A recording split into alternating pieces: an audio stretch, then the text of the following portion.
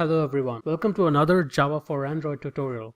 In this tutorial, we will see how to install JDK for Windows. JDK stands for Java Development Kit, and to be able to run any Java program in your Windows machine, you need to install the JDK for Windows. To do that, let's go to a search engine and type in download JDK. The first website that opens is Java SE or oracle.com, and here you could see download JDK.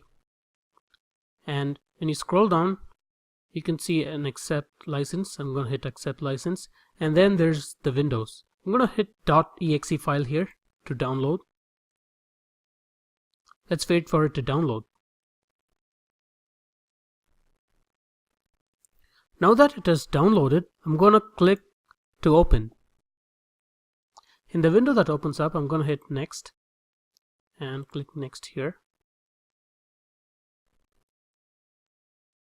Now it shows for the location or the directory where it will be installed. I suggest that we keep this as the same directory, as we will be using this at the later part of this tutorial. I'm going to click next, and the installer is installing the JDK now. Now once this is done, you can see a screen similar to this, and you can hit close. To add the installation directory to the system variable, let's find where the installation directory is. To do that, I'm going to open the C drive and go to Program Files and Java. And here you could see all the versions of the JDK and the JRE, which stands for Java Development Kit and Java Runtime Environment that was installed. Click the latest one that you installed and open the bin file. We need the location of the bin folder. So I'm going to copy this, and let's type in to open the system properties. To do that, I'm going to type in advanced system settings. So as you see, you can see view advanced system settings, and when you click that, it opens the system properties, and you could see something called as the environment variables. Click on that, and you could see all the environment variables or the system variables listed here. I'm going to click on the one that says path, and since my environment variables are already registered, I can see them here.